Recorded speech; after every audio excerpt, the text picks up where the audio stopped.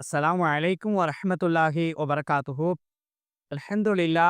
எல்லா புகழும் அல்லாஹ் ஒருவனுக்கே. கண்ணியத்துக்குரிய எல்லாம் வல்ல அல்லாஹ் நல்லடியார்களே, பெரியவர்களே, சகோதரிகளே, தாய்மார்களே, சகோதரிகளே, அன்புக்குரியவர்களே, அல்ஹம்துலில்லா.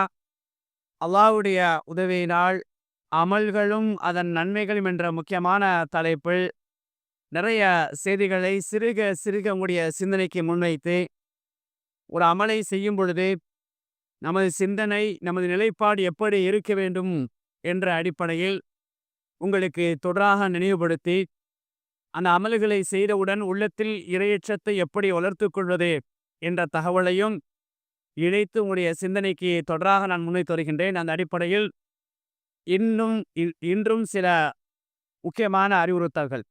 கண்ணியத்திற்குரியவர்களே, சலாம் சொல்லக்கூடிய விஷயத்தை அல்லாஹ்வுடைய தூதர் அவர்கள் பின்வருமாறு இப்படி நினைவுபடுத்துகின்றார்கள். என்ன சொல்கின்றார்கள்? லா ததுஹுலூனல் ஜன்னத ஹத்தா துமினூ. நீங்கள் ஈமான் கொள்கின்றவரை சொர்க்கம் செல்ல முடியாது. வலா துமினு ஹத்தா தஹாப்பு. நீங்கள் ஒருவரை ஒருவர் நேசிக்கின்றவரை உண்மையான மூமின்களாக இருக்க முடியாது. அவலா அதுல்லுக்கும் அலா ஷைஇன். உங்களுக்கு ஒரு விஷயத்தை நான் சொல்லி தரட்டுமா? நபி அவர்கள் சஹாபாக்களை பார்த்து பேசுகின்றார்கள். உங்களுக்கு ஒரு விஷயத்தை நான் சொல்லி தரட்டுமா? இதா ஃபஅல்துமுஹு. அதை நீங்கள் செய்தால் தஹாபப்தும். நீங்கள் ஒருவரை ஒருவர் நேசிப்பீர்கள் என்று சொல்லிவிட்டு அஃஷுஸ் சலாம பைனக்கும். உங்களுக்கு மத்தியில் சலாமை பரப்பிக் கொள்ளுங்கள் என்ற செய்தி முஸ்லிமில் 93வது ஹதீஸ் இலக்கத்தில் பதிவு செய்யப்பட்டிருக்கின்றது. கண்ணியத்திற்குரியவர்களே, பொதுவாக இந்த சலாத்தை பொறுத்தவரை சொர்க்கத்துடைய காணிக்கை, சொர்க்கத்தில் சொல்லக்கூடிய வார்த்தை, அந்த சொர்க்கத்தில் சலாம் சலாம் என்று சொல்லக்கூடிய கேட்கக்கூடிய ஒரு அமைப்பாக இருக்கும். அதை உலகத்தில் ஒரு மனிதன் இன்னொரு மனிதனை சந்திக்கும் பொழுது நீங்க சொல்லுங்க, அஸ்ஸலாமு அலைக்கும் என்று சொன்னால் 10 நன்மை, அஸ்ஸலாமு அலைக்கும் வரஹ்மத்துல்லாஹி என்று சொன்னால் 20 நன்மை, அஸ்ஸலாமு அலைக்கும் வரஹ்மத்துல்லாஹி வபரகாத்துன்னு சொன்னால் 30 நன்மை. இதனால தான் நபி அவங்க அடிக்கடி அடிக்கடி இங்கே சந்திக்கும் பொழுது இந்த சலாமை சொல்லிக் கொள்ளுங்க.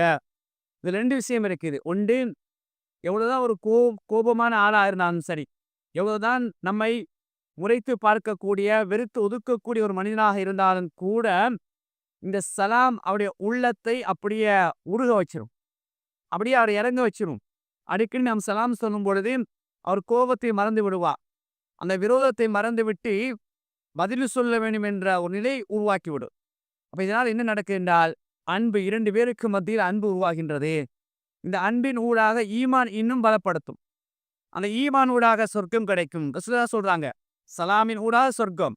நீங்க சொர்க்கம் செல்ல வேண்டுமா? சலாம். இப்ப சலாமி ஊடாக இடையில ஈமான் பலப்படுத்தப்படும். அடுத்த கட்ட நீங்க பாருங்க, இது ஒரு துஆ உண்டு. இப்ப நான் உங்களுக்கு அஸ்ஸலாமு அலைக்கும் வரஹ்மத்துல்லாஹி வபரகாத்துன்னு சொல்றேன். இதோடைய பொருள் என்ன? உங்கள் மீது அல்லாஹ்வுடைய சாந்தி, சமாதானம், இரக்கம், கருணை எல்லாம் உண்டாகட்டும். ஒட்டுமொத்த அல்லாஹ்வுடைய அருளை உங்களுக்கு நான் கேட்கிறேன். இப்ப நீங்க வீட்டுக்கு வாருங்க. வீட்டுக்கு கதவை திறந்தோன மனைவி வீட்டுக்குள்ள இருக்கிறாங்க. அஸ்ஸலாமு அலைக்கும் வரஹ்மத்துல்லாஹி வபரகாத்துஹு.